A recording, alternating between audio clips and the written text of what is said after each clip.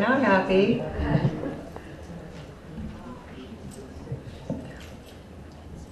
Good Yontif, Shana Tova, everybody. So good to be here. It is such a privilege to be able to tell a story on High Holy Days.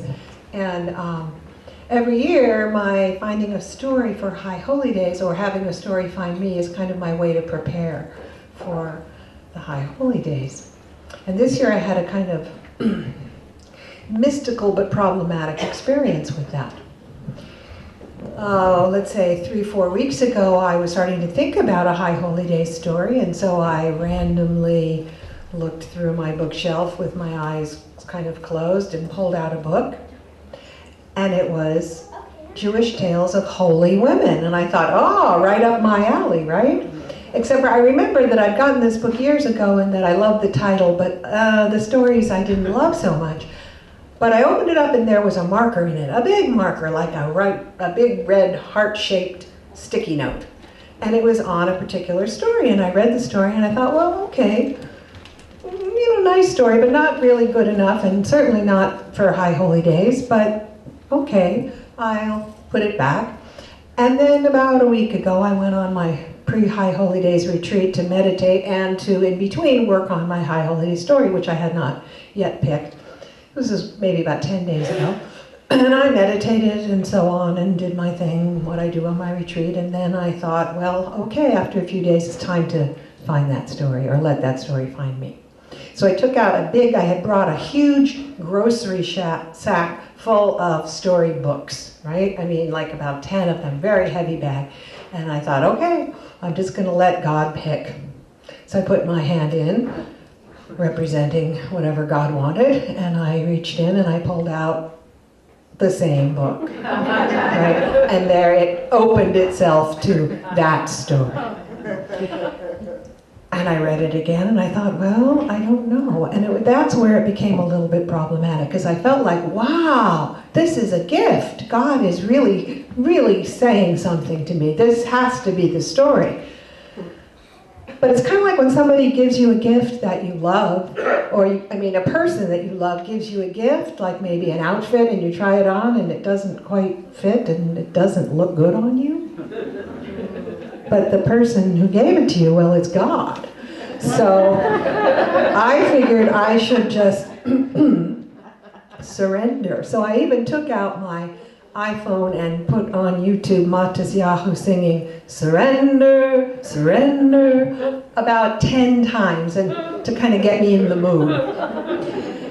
And then I started to kind of work on the story. Now, as I said, the book was called Jewish Tales of Holy Women, and the holy woman in this story, his name was Fruma Rivola. She was a Rebbitzin, and she was married to a Rabbi Reb Dovid of Kaminka in the Ukraine. And she had a very, very special gift. If a woman was in labor, in childbirth, and she was having trouble, if Rivola walked into the room, the pains stopped and the baby was born easily. Now, Rivola didn't take any credit for her gift. She tried to hide what she was doing. And when she and her husband made Aliyah to Israel, she really wanted to hide her holiness. This is where Rebbitzin Rivola and I differ. I like to try to explore my holiness and advertise it as much as possible, but not Rivola. She wanted to hide it, so she would find out where someone was in labor having trouble, and she would drop in. And just happened to be there, the birth would go well, and then she would take no credit. Now, at that time in Israel, Israel was under the rule of the Turks. And the governor of Jerusalem was a high Turkish official, a pasha. And it just so happened that his daughter was having a baby. She was in labor, and she was having a terrible time. The baby would not come. And they called all of the doctors and the midwives and the healers. Nothing helped. And it was going on for hours and hours and hours. And the pasha happened to know a few Jews, and they told him about Rebbitzin Rivola. And he went straight to her house and he begged her to come help. And she came. And as soon as she walked into the palace, the baby was born easily and healthily. Well, the Pasha and everyone were overjoyed, and the Pasha offered her a huge sum of money to reward her, but she said, no.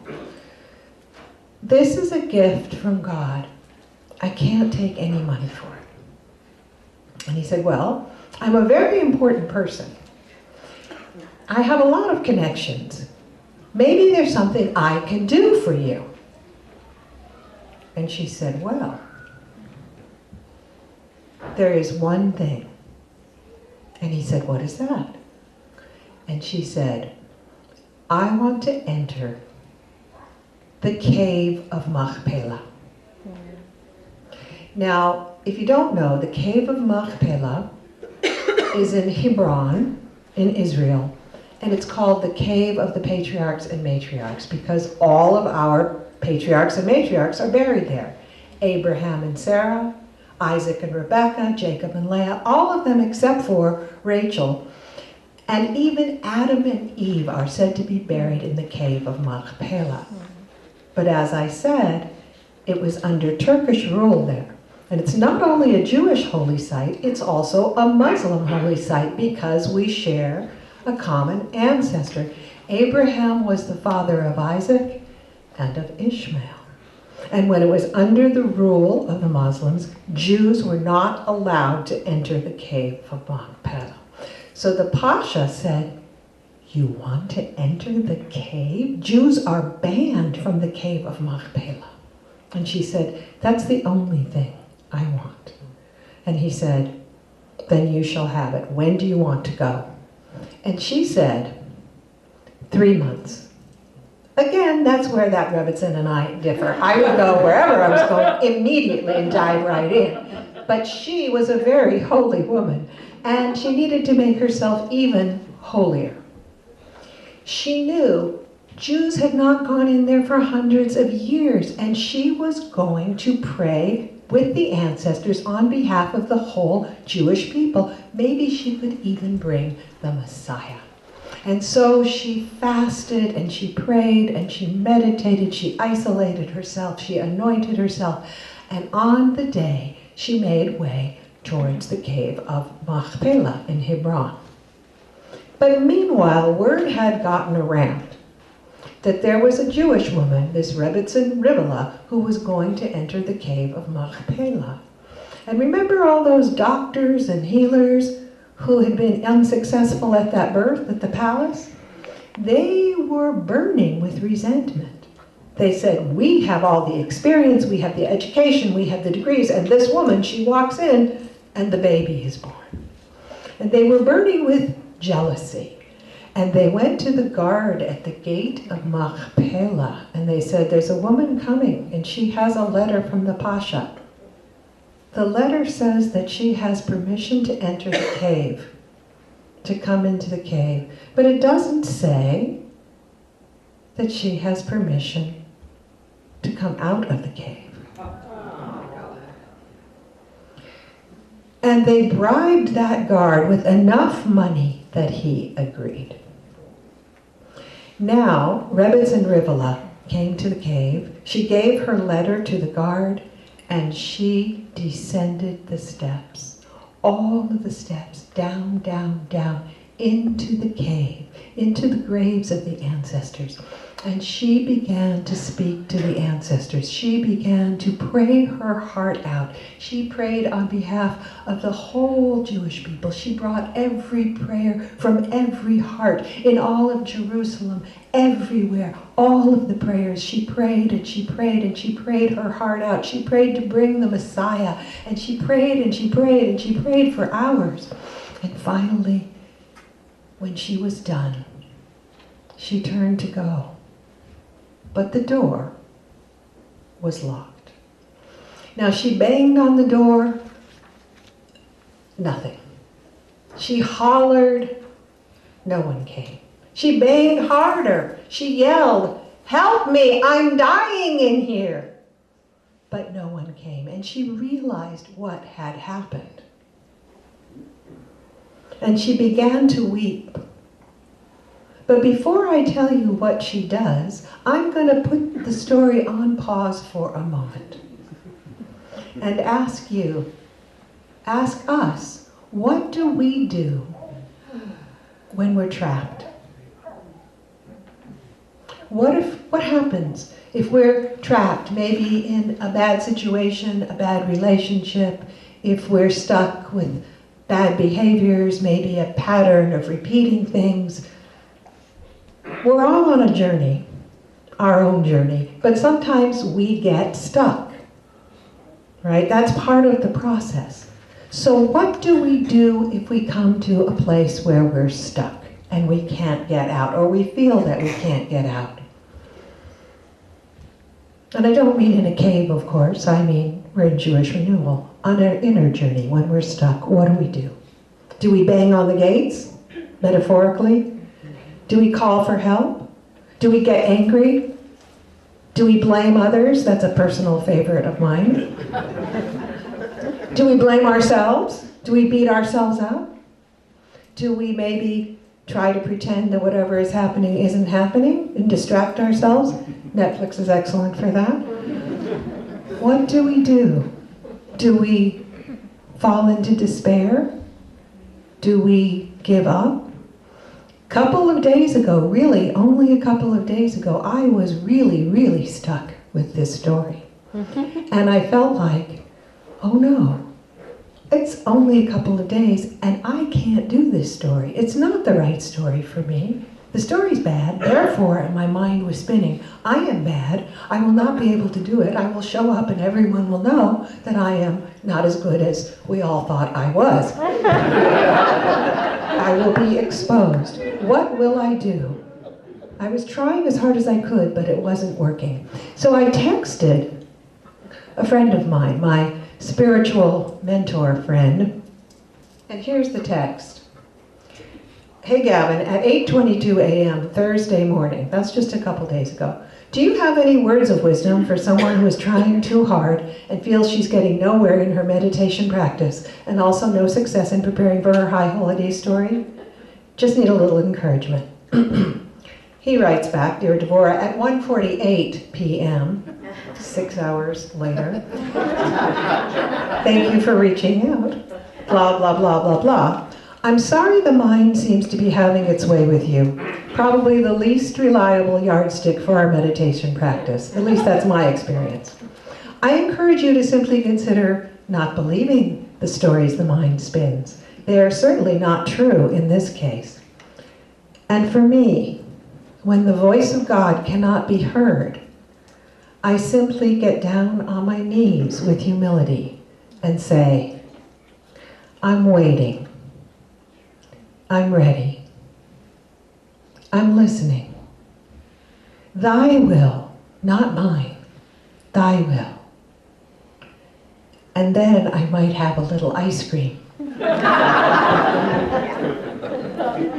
And so I did. I surrendered. Now, I might have had the ice cream first. I don't actually remember which was first. But what did Fruma Rivola, the Rebbitzin, in the cave do? She stopped and she breathed and she put everything on pause. She did what we do here on High Holy Days. We put our life on pause for a moment. And we sit down and we talk with our ancestors and pray together. And we go deeper. So she turned around and she went back down in the cave and she went deeper this time. And she was connected to King David. Her husband was a direct descendant, a great-grandson of the real King David. So they knew all of the Psalms. So she went down as deep as she could go. She got down on her knees and she began to recite the Psalms of King David with every ancient word. She recited over and over again every single psalm, and the prayers flowed from her heart straight to the ancestors. The prayers flowed for the Jews, for the Muslims, for the whole world. She prayed and she prayed and she recited psalm after psalm after psalm from the bottom of her heart until she saw a light. And at first she thought it was the door opening. But then she saw that the light was coming towards her. And she saw it was a figure bathed in light with a crown. And she realized it was King David. And he said, "I've come to lead you out." And she said, "Wait a minute. Nobody is going to believe this, that you came here personally to lead me out. And I'm not going to believe it tomorrow. Could you give me something to remember you by?" And he handed her a tiny book of Psalms. And she put it into her pocket. And then she followed him out, up the stairs where she had come in.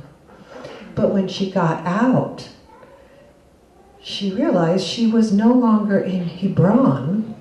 She was in Jerusalem, standing in front of her home.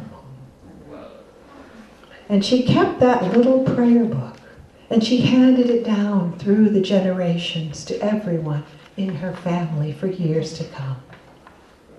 Now that cave of Machpelah in Israel, currently today, it is divided right down the middle between the Muslims and the Jews. The Jews are only allowed on one side and the Muslims on the other, except on certain days. The Muslims can go into the Jewish side on 10 of their holy days, and the Jews can go into the Muslim side on their holy days, like today.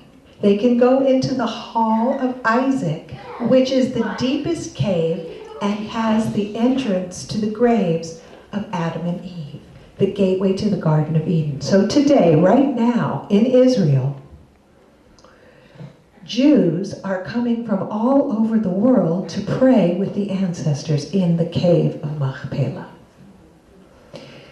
So I pray that we, tonight and tomorrow and all through High Holy Days, when the Jews will be streaming into that cave, that we join them in spirit, and that we deeply talk to our ancestors, and that when we come out, we're a little closer to home. Amen. Shana Tova.